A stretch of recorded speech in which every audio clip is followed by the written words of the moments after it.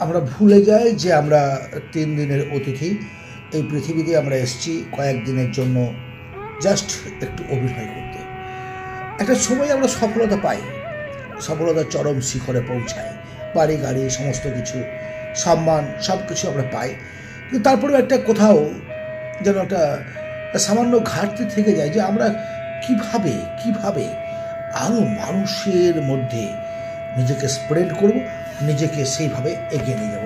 Friends, আমি একটা কথা আপনাদের বলতে চাই যে আজ আপনি যে পজিশনে আছেন, যে জায়গায় আছেন, সেই জায়গায় আসার জন্য যাদের সিঁড়ি বেয়ে আপনি উঠে এসছেন, সেই সমস্ত মানুষগুলো যারা অতীতে আপনাকে হেল্প করেছে, তাদের কিন্তু কখনো ভুলবেন না। ইয়েস, এটাই হচ্ছে জীবনের সবচেয়ে বেশি সাফল্যের সূত্র, সাফল্যের নিয়ম, গুরুত্বপূর্ণ সূত্র বলতে পারেন।